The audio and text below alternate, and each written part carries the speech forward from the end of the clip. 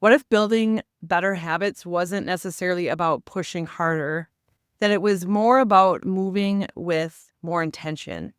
So in today's video, I want to share a little bit about how we can bring in ancient yoga philosophy and how it helped me to create some high performance habits that feel good, they last longer, and they truly support a healthy, balanced lifestyle. If you're new here, my name is Heather, and I make videos about yoga, fitness, nutrition, and mindset, all rooted in yoga philosophy. I'm a lifelong advocate for living a strong, balanced lifestyle.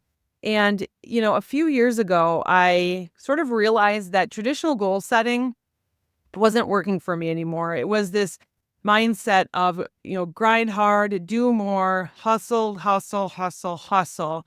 And it was, once one goal is accomplished, we add another to the list, right? And these are like big goals. These are things that are not just going to get done in a day or a week. And I realized that just was not sustainable. I've always been this like super type A overachiever.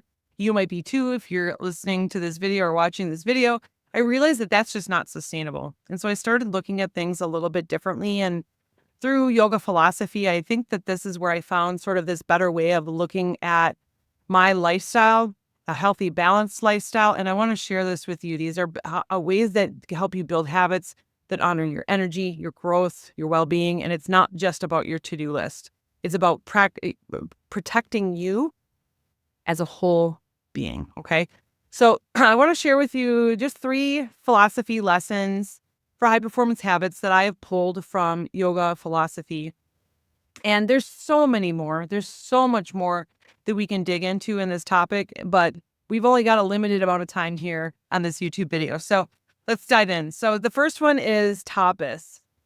This is the idea that discipline is an act of self-respect. And so we often translate tapas to mean discipline within yoga, but it's not about force. It's not about like brute forcing something that you want to get done.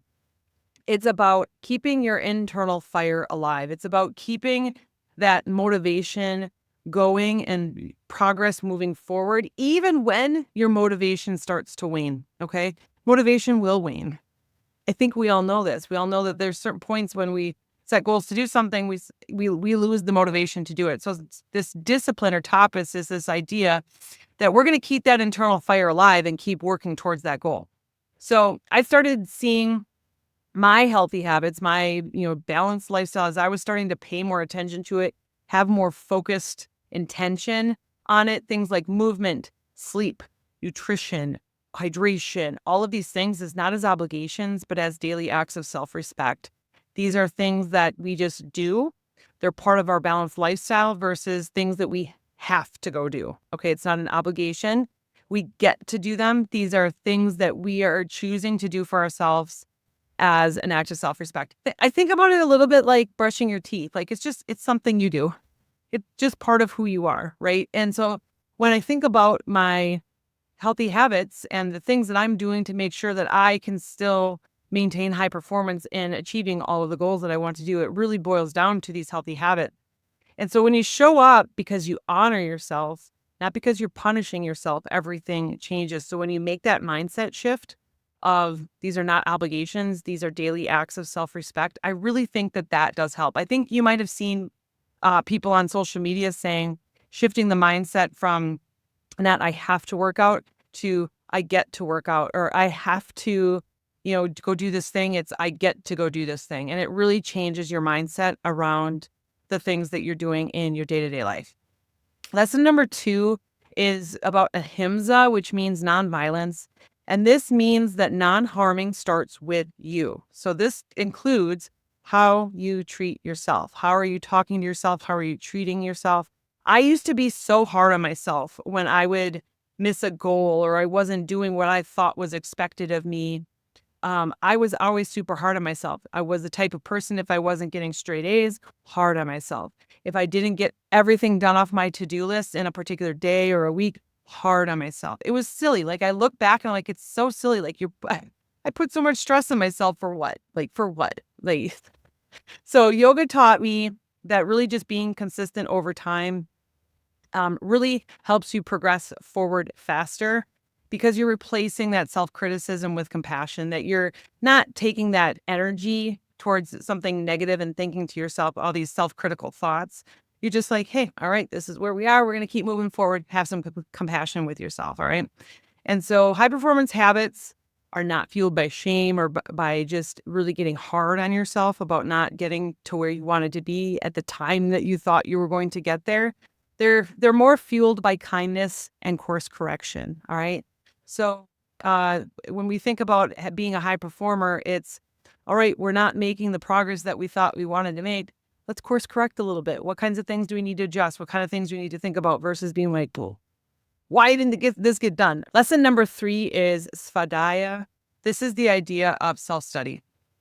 And what I think that this really helped me in building high performance habits is that it helps you to build trust in yourself, that you can achieve the things that you want to achieve, that you have the skills, that you have the ability, that you have the confidence, that you have the wherewithal to achieve the things that you want to achieve. So real power here comes from observation without judgment. Okay. So what I started doing, like this is a practical application of how I started doing this, is tracking simple things. I track food. I track my movement for the day. I track a lot of different things to show myself like over time, we're making progress on this. I'm not just looking at things by the day. I'm looking at things by the month or even the year. And by tracking those simple things, sleep, hydration, everybody's wearing these Fitbit things nowadays that are tracking some of these things for us. And the intention's not to obsess or anything about it. It's just to get curious, to see what those patterns are. Learning when your energy is high. Think about how many times you have a glass or two of wine and your sleep tracker tells you slept like crap that night, right? So you start to see those kinds of patterns about yourself. And then you can determine, what really truly supports you in your goals. So that gentle awareness allowed me to make better choices without sort of that like guilt spiral or being like, why didn't I get this done kind of thing. Okay. So just tracking those things, not being obsessive about it, but just to be able to see patterns over time. So when you approach your habits through the lens of yoga philosophy, it's discipline with compassion, observation without judgment, and creating that self-trust, your ability to get the things done that you want to get done. You create a foundation for real lasting change. It is not about hustling harder. I am not about hustle culture anymore. I 100% used to be. This is more about aligning actions with your energy, your purpose, and your peace. So if you're ready to start building habits that help support a strong, balanced life, what I've done is I've created a nutrition and meal planning guide designed to help you fuel your body and feel your best without overwhelm. And so this is a nutrition and meal planning guide that is rooted within yoga philosophy. And the idea here is this is where one place that we can start to make sure that we have the energy, the strength, the endurance to be able to do all of the things that we need to be able to do in a day. And I believe that that starts with how we are nourishing our bodies and our minds too. So you can grab your free copy. The link is in the description box below. You can also go to nutrition.sorellawellness.co and you can grab it there. And, don't forget to subscribe to my channel. Like this video. If you find that somebody you might know might find this video interesting or this topic interesting, please make sure to share this video with them.